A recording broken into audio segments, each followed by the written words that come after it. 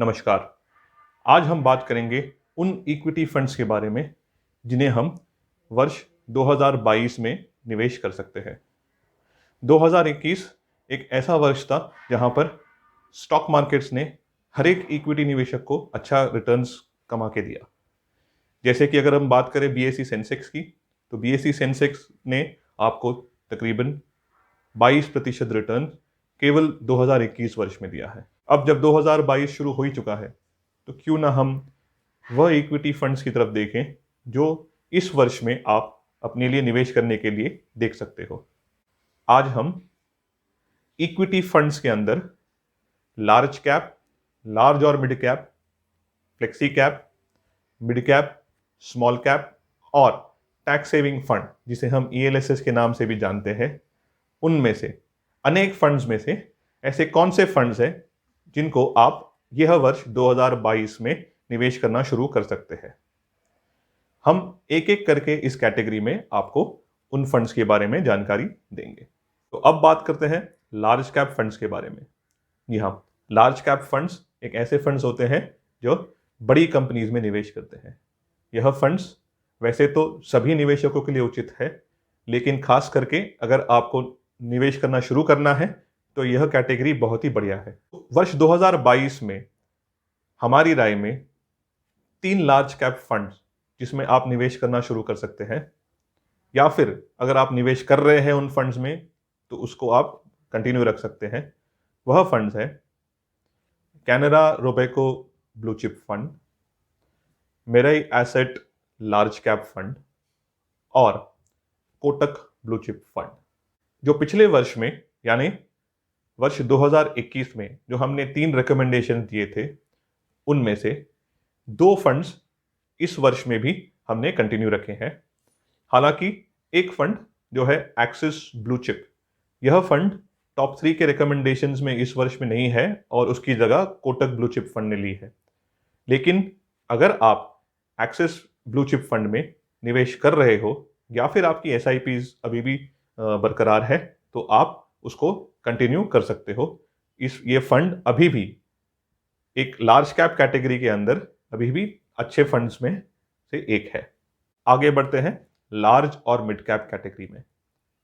Large और mid cap category में यह ऐसे फंड्स होते हैं जहां पर फंड मैनेजर्स बड़ी कंपनीज यानी जिसे हम लार्ज कैप कहते हैं और उभरती कंपनीज जिसे हम मिड कैप कंपनीज कहते हैं, इन दोनों में निवेश करते हैं।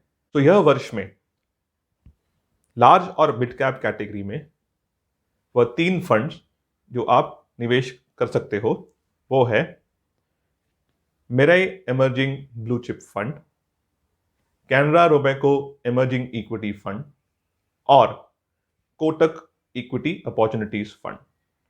ये तीनों फंड हमारे पिछले साल यानी 2021 में भी टॉप 3 फंड्स या फिर हमारे टॉप रिकमेंडेड फंड्स में से थे। तो इस साल में इस कैटेगरी में कोई बदलाव नहीं है और आप अगर इसमें निवेश करना चाहते हो तो आप बेफिक्र निवेश कर सकते हैं। आते हैं फ्लेक्सी कैप फंड्स की तरफ।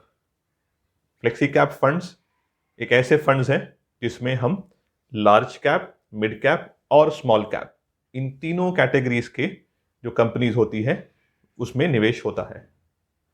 अगर हम बात करें फ्लेक्सी कैप कैटेगरी की, तो इसमें थोड़ा सा रिस्क और बढ़ जाता है क्योंकि इसमें स्मॉल कैप्स यानी ऐसी कंपनीज जो अभी बहुत ही इनिशियल स्टेज में है, उसमें भी थोड़ा सा अमाउंट या फिर थोड़ा सा पैसा आपके ओवरऑल पोर्टफोलियो का निवेश होता है।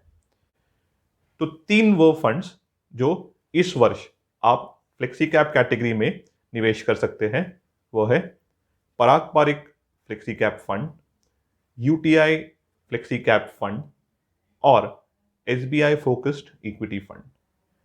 जी हाँ, पिछले साल यही 3 फंड इस कैटेगरी में टॉप रिकमेंडेड फंड्स थे और इस साल भी यही 3 फंड्स बरकरार है। अब आते हैं मिड कैप फंड्स की तरफ। मिड कैप फंड्स में जो निवेश होता है वह उभरती हुई कंपनीज में निवेश होता है। यहाँ पर जो है रिस्क थोड़ा और अधिक बढ़ जाता है और यह फंड्स ऐसे निवेशकों के लिए है जिनकी रिस्क लेने की क्षमता थोड़ी ज़्यादा है। इसलिए अगर आप अपने पोर्टफोलियो में मिड कैप फंड्स में निवेश करते हो तो हमारी राय में आप तकरीबन 10 से 20% के आसपास ही निवेश कीजिए। मिड कैप कैटेगरी में 3 फंड्स जिनमें आप निवेश करना शुरू कर सकते हो वो है axis mid cap fund, Invesco India mid cap fund और कोटक इमर्जिंग इक्विटी फंड्स। अगर हम इसकी तुलना पिछले वर्ष में करें तो डीएसपी मिड कैप फंड यह कैटेगरी में हमारा पिछले वर्ष में रिकमेंडेड फंड्स था, इस वर्ष में नहीं है। हालांकि यदि आपका निवेश इसमें शुरू है तो आप उसको कंटिन्यू कर सकते हो। अब आते हैं स्मॉल कैप फंड्स की तरफ। स्मॉल कैप फंड्स यह कैटेगरी में फंड मैनेजर्स जो है वो आपका पैसा जो नई कंपनीज है या फिर ऐसी कंपनीज जो अभी बहुत ही इनिशियल स्टेज में है उनमें निवेश करती है। स्मॉल कैप में आपका रिटर्न्स कमाने की क्षमता ज़्यादा होती है, लेकिन उसके साथ ही रिस्क भी बढ़ जाता है। वह 3 फंड्स जो आप स्मॉल कैप कैटेगरीज में निवेश करना शुरू कर सकते हैं वो है SBI small cap fund, axis small cap fund और कोटक स्मॉल कैप फंड। एक बात की ध्यान दें कि आप जैसे हमने कहा कि स्मॉल कैप फंड्स में निवेश करें तो एक लिमिटेड अमाउंट में करें और हमारी राय में आप तकरीबन 5% आपके पोर्टफोलियो के आसपास का ही निवेश स्मॉल कैप फंड्स में करें, क्योंकि इनमें रिस्क बहुत ही अधिक होता है। अब बात करेंगे टैक्स सेविंग फंड्स के बारे में। टैक्स सेविंग फंड्स जिन्हें हम ईएलएसएस यानी इक्विटी लिंक सेविंग स्कीम्स के नाम से भी जानते हैं, इनमें अगर आप निवेश करोगे तो इसमें इनकम टैक्स की सेक्शन 80C की धारा में 1,50,000 तक का टैक्स आप बचा सकते हो। 3 फंड्स जो आप ईएलएसएस कैटेगरी में या टैक्स सेविंग कैटेगरी में आप निवेश कर सकते हो वो है Mirae tax saver fund, Axis long term equity fund और डीएसपी टैक्स सेवर फंड। पिछले साल इसी कैटेगरी में हमारे साथ एक और फंड थे, वो है इन्वेस्को इंडिया टैक्स प्लान। उसकी जगह जो है डीएसपी टैक्स सेवर ने ली है। यह थे इक्विटी फंड्स के अंदर ऐसे फंड्स जो आप वर्ष 2022 में आपके लिए निवेश कर सकते हो। यह सारे फंड्स आप निवेश करके लंबे समय तक भी रख सकते हो, क्योंकि ये फंड्स बहुत ही रिसर्च करके आपके सामने पेश किए गए हैं। कोई भी फंड्स में आप निवेश करें उसके बारे में अधिक जानकारी लें, थोड़ा समझ लें और उसके बाद ही अपना पैसा कोई भी फंड्स में निवेश करें। जब भी आप निवेश करें आपके पोर्टफोलियो को डाइवर्सिफाइड रखिए।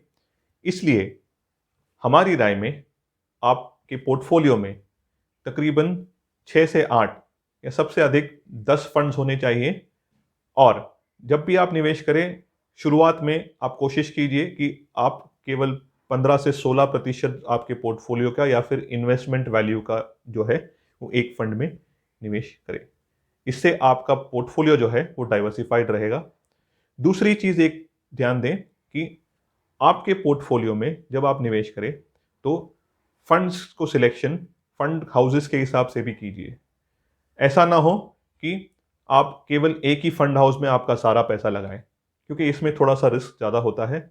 इसलिए इस रिकमेंडेशंस के लिस्ट में अलग अलग कंपनीज के अलग अलग फंड्स हैं, उनमें से आप कुछ चुन के आप अपना पोर्टफोलियो बना सकते हैं। आशा करते हैं कि जिन फंड्स को आज हमने देखा है वो आपको आपके पोर्टफोलियो को बनाने में मदद करेंगे। यदि आपको अधिक जानकारी चाहिए तो आप हमारी वेबसाइट mywealthgrowth.com पे विजिट कर सकते हैं। और अगर आपको आपके पोर्टफोलियो के लिए कोई राय या कोई प्रश्न है तो आप हमें care@mywealthgrowth.com पे ईमेल भेज सकते हैं।